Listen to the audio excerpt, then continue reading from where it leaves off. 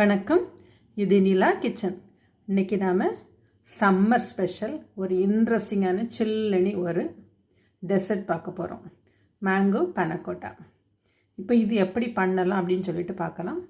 அதுக்கு முன்னாடி எல்லாருமே நம்ம சேனலை சப்ஸ்கிரைப் பண்ணிவிடுங்க, லைக் பண்ணுங்கள், ஷேர் பண்ணுங்கள், கமெண்ட் பண்ணுங்கள்.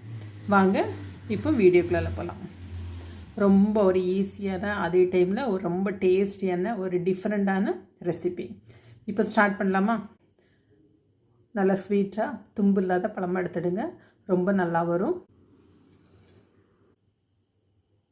பழுத்த மாம்பழத்தில் 3 பழம் எடுத்துருக்குறேன். இதை தோல் எடுத்து கட் பண்ணி எடுத்துக்கிடலாம். இது அகர்லேயும் பண்ணலாம், ஜெலட்டின்லேயும் பண்ணலாம். ஒரு 2 டீஸ்பூன் அளவு எடுத்துடுங்க. கொஞ்சமாக சுடு தண்ணி டீஸ்பூன் அளவுக்கு விடுங்க, போதும். இதை நல்லா மிக்ஸ் பண்ணிடுங்க. ஜஸ்ட் இது கரையிற அளவுக்கு தண்ணி விட்டால் போதும். ரொம்ப ஒரு ஈஸியான ரெசிபி.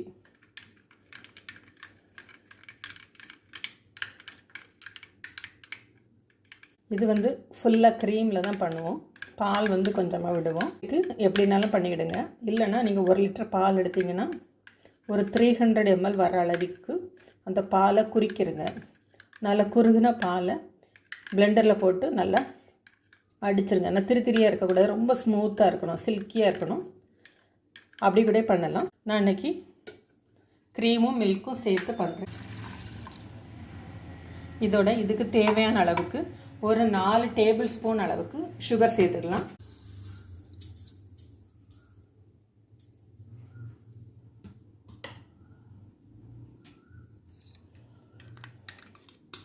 மிக்ஸ் பண்ண அதுவும் சேர்த்துடலாம். நல்லா கலந்துருங்க.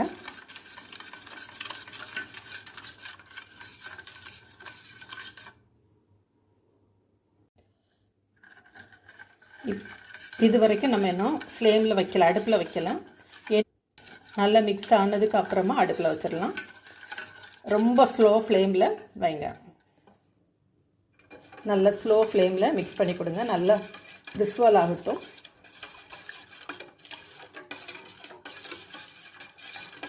நல்ல கொதி வரண்டா. பால் ஆல்ரெடி நம்ம காய்ச்ச பால்.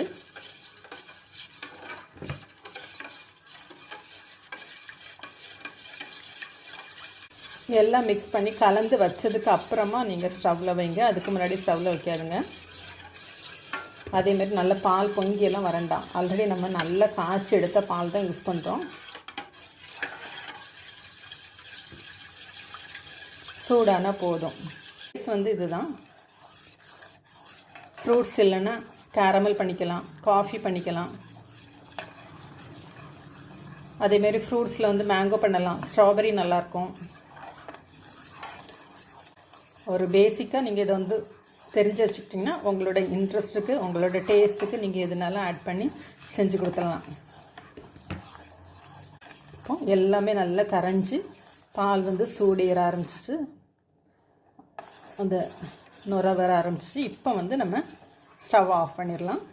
இதோட இப்போ 1 டீஸ்பூன் அளவுக்கு வேனிலா எசன்ஸ் நான் சேர்க்க போகிறேன். உங்களுக்கு எசன்ஸ் வேண்டாம் அப்படின்னா ஏலக்காய் சேர்த்துக்கிடலாம்.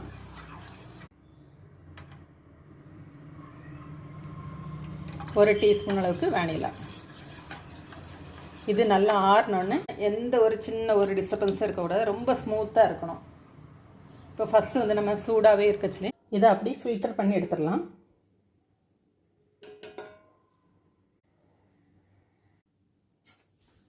திரி எதுவுமே இல்லை. இப்போ சூடு ஆறவும் நம்ம செட் பண்ணிடலாம். இப்போ நம்ம செட் பண்ணுற பவுல்லே விட்டு வச்சிடலாம்.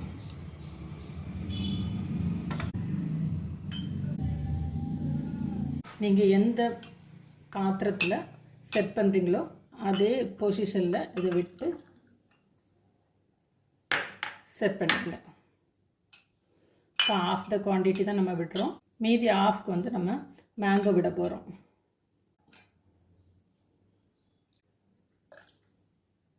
இதை இப்படியே ஒரு 4 மணி நேரம் ஃப்ரிட்ஜில் வச்சிடலாம்.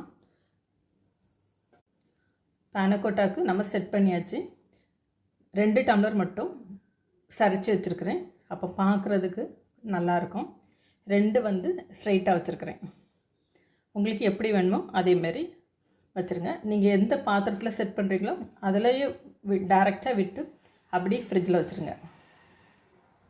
இப்போ இதை ஒரு 4 மணி நேரம் ஃப்ரிட்ஜில் வச்சு சில் பண்ணி எடுத்துடலாம். மாம்பழம் வந்து சின்ன சின்னதாக பீஸாக கட் பண்ணி வச்சாச்சு. இதை மிக்ஸி ஜாரில் போட்டு நைஸாக அரைச்சி எடுத்துருவோம்.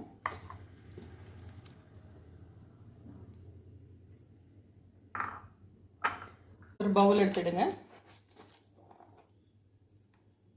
அகர் அகர் அல்லது ஜெலட்டின் எது உங்கள்கிட்ட இருக்குதோ அதை சேர்த்துடுங்க. நான் ஒரு 1.5 டீஸ்பூன் அளவுக்கு சேர்த்துக்கிறேன். கொஞ்சமாக தண்ணி நல்லா கரையட்டும். நம்ம கரையிற அளவுக்கு தான் தண்ணி தேவை. பவுல் அடுப்பில் வச்சுடுங்க. அதில் 2 டேபிள் ஸ்பூன் அளவுக்கு நான் சுகர் சேர்க்குறேன். அதோட 2 டீஸ்பூன் அளவுக்கு வாட்டர் ஆட் பண்ணிவிடுங்க.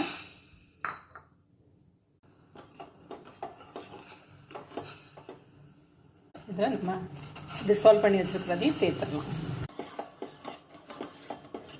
கரைஞ்சால் மட்டும் போதும். சுகர்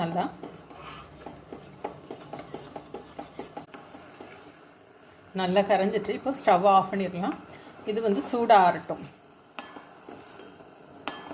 அதுக்குள்ளால நம்ம மேங்கோ வந்து அரைச்சி வடிகட்டி எடுத்துருவோம். இது வந்து இப்போ நல்லாவே அரைச்சி எடுத்துருவோம். எதனாலன்னா மாம்பழம் வந்து ஒரு வேளைலாம் சின்ன சின்ன பீஸ் வந்து அரைப்படாமல் இருக்கலாம், மாம்பழத்தில் தும்பு இருக்கலாம். ரெண்டுமே எடுக்கிறதுக்காக தான் இதை நம்ம அரைச்சி எடுத்துகிறோம். ஏன்னா இது வந்து ரொம்ப சில்கியாக ஸ்மூத்தாக இருக்கும். அதனால எந்த ஒரு டிஸ்டர்பன்ஸும் நமக்கு சாப்பிடுச்சு தெரியக்கூடாது. எல்லாமே அதனால அரைச்சிடுறது.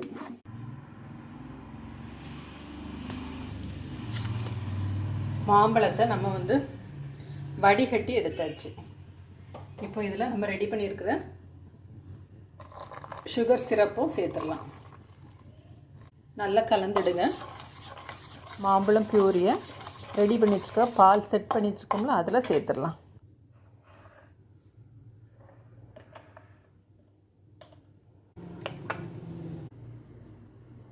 இது போல் எல்லாமே விட்டு வச்சுருங்க. விட்டு வச்சுட்டு இப்போ இதை வந்து அப்படியே நம்ம மறுபடியும் ஒரு 2 ஹவர்ஸ் வந்து ஃப்ரிட்ஜில் வச்சிடலாம். அந்த கலர்ஸ் தெரியுது அவங்களுக்கு 2 கலரில்.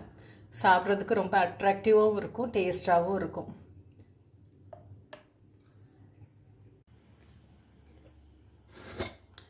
நம்மளோட மேங்கோ பனக்கோட்டா ரெடி ஆயிடுச்சு. இப்போ இதை வந்து சர்வ் பண்ணலாம். மேலே வந்து ஃப்ரூட்ஸ் வந்து கட் பண்ணி டெக்கரேட் பண்ணி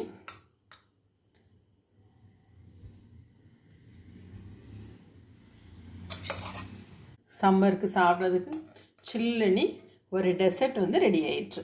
இதே போல் எல்லாருமே செஞ்சு பாருங்கள். செஞ்சு பார்த்துட்டு எப்படி இருக்குது அப்படின்னு சொல்லிட்டு ஃபீட்பேக் கொடுங்க. தேங்க்யூ.